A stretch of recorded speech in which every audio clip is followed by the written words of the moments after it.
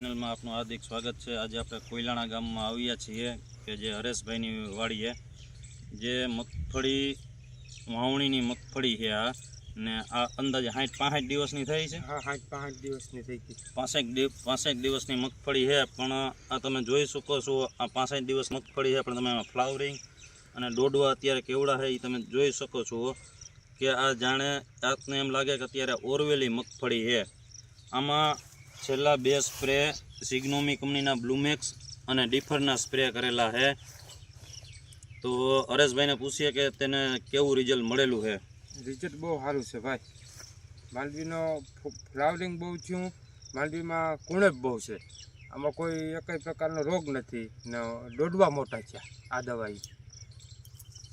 ને આ મગફળી જે છે એ ઓરવેલી મગફળી છે, છે ઓરવેલી કે 90 દિવસની 90 થી 100 દિવસની મગફળી થઈ ગઈ છે।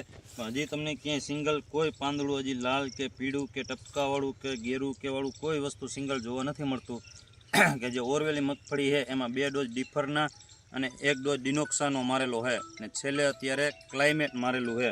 તો આમાં પણ તમે મગફળીમાં માલ જોઈ શકો છો।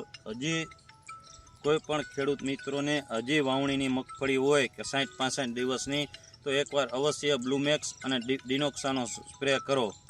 તો આજે આપણે હરેશભાઈને મોઢે જ સાંભળીએ કે આનું ભાઈ કેવું રિઝલ્ટ મળેલું છે। રિઝલ્ટ બહુ સારું છે।